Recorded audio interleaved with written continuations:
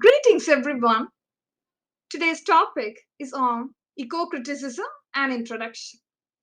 So, during the past decades, there was indeed an increase in the research that was based on nature and man, essentially, the relationship between man and the natural environment.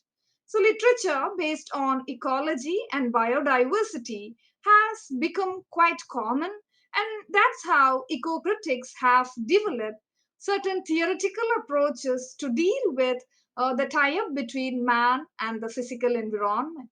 So, today's presentation is all about an introduction to this ecological theory and certain concepts that young researchers always deal with in their research.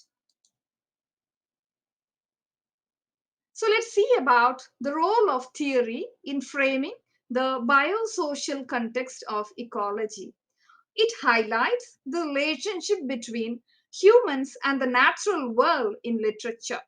So, the social emphasis on environmental destruction and increased technology has given special space.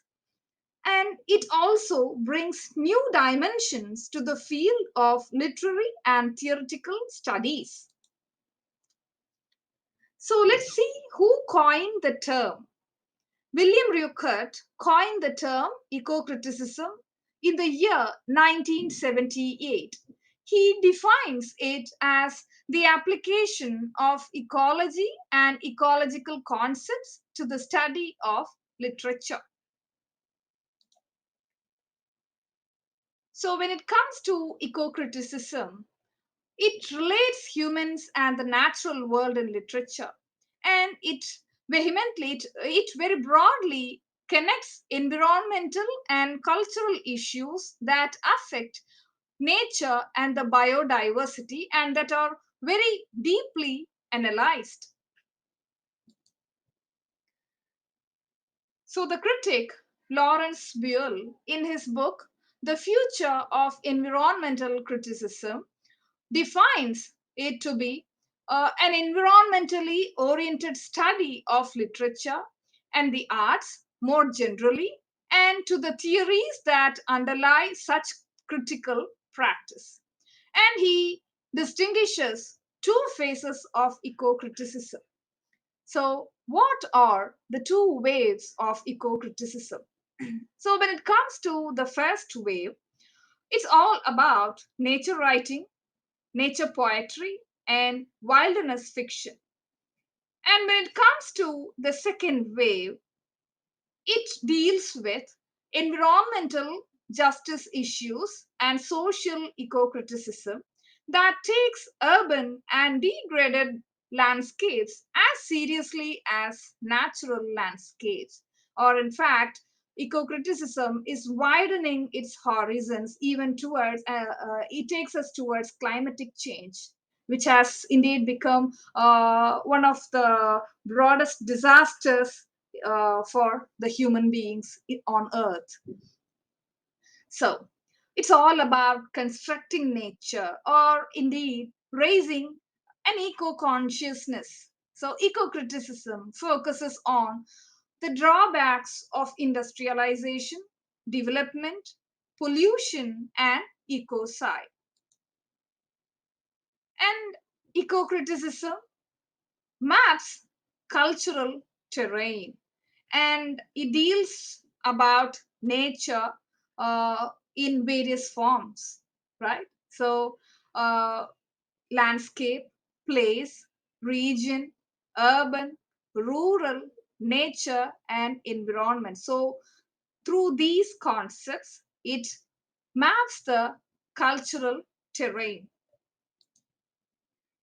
So, how do you explore an eco text?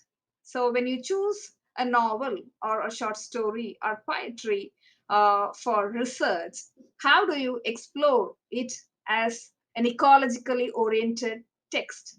So, by studying the representation of nature in text, you just have to see how nature is represented in the text that you have chosen. And it never fails to explore the stereotypical destruction of ecology in texts.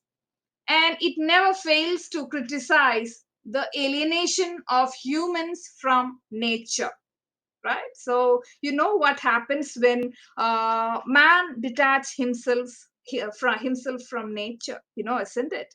So it also deal with observing and highlighting the environmental conditions that have shaped the life of the protagonist and the author as well, that you could very easily sense while dealing with an ecologically based text. And it enumerates the influence of land or place on the individual or even the protagonist. Yes, so this is how you explore an eco text. On the whole, it is just an earth centered approach, or in fact, the relationship of an individual self to the setting, declares Neil. So here comes certain concepts uh, when we deal with ecology or eco criticism.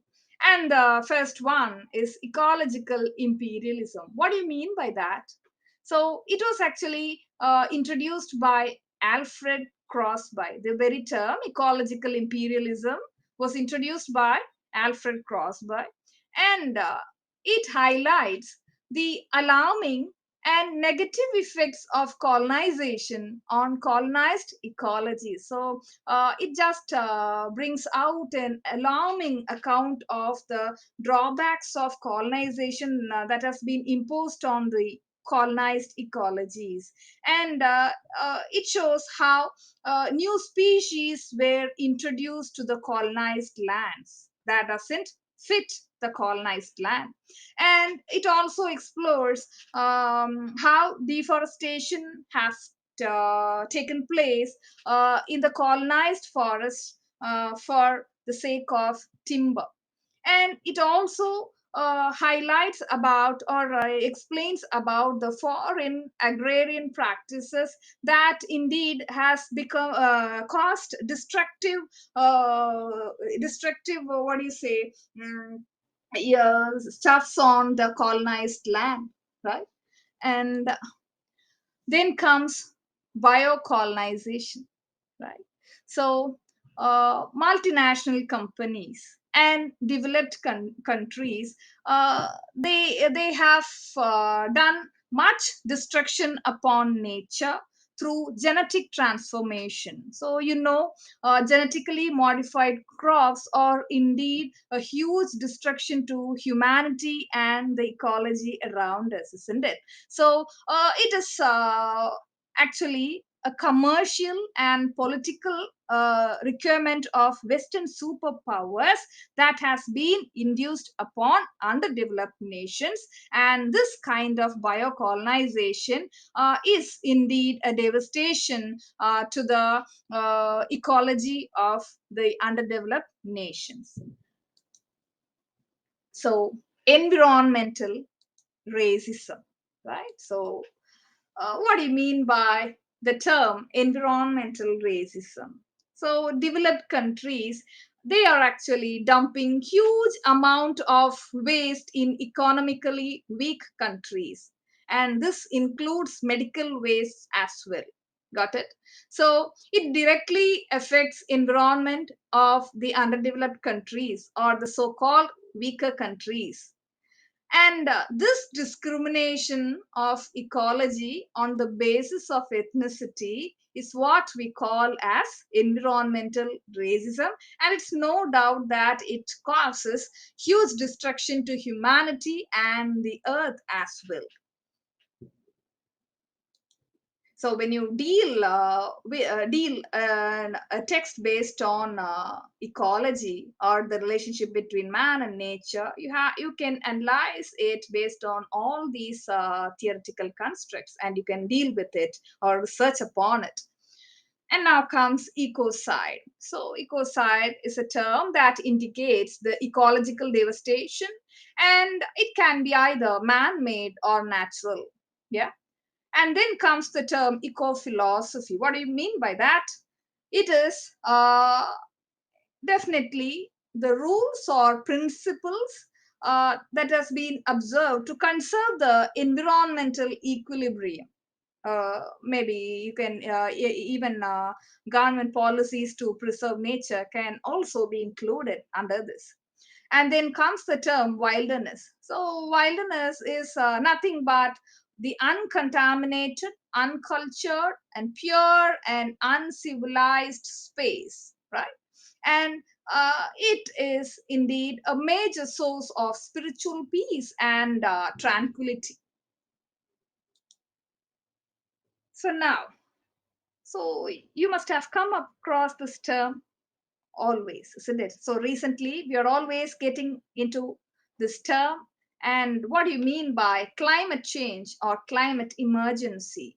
So, in this technologically advanced world, we are in the verge of ecological destruction, and we are moving forward to witness severe destruction caused by climatic change, which we also term as climate emergency, right?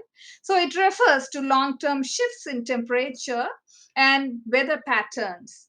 And human activities have been the main driver of climate change, primarily due to the burning of fossil fuels like coal, oil, and gas, which produces heat trapping gases. So now you could see that a particular genre has evolved, climate fictions that deal essentially with science fictions, right? So this genre frequently includes science fiction and dystopian or utopian themes, imagining the potential futures based on how humanity responds to the impacts of climate change. So technologies such as climate engineering or climate adaptation practices often feature prominently in works exploring their impacts on society. So, climate fictions have become the need of the hour,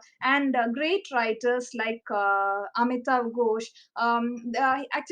Ghosh has stressed the need for climate fiction, and he's even worried about why lesser books are evolved when it comes to climate fiction. So, he brings in an alarming confession on climate change in his nonfiction works like the Great Derangement, and even the recent one, The Nutmeg Curse, right?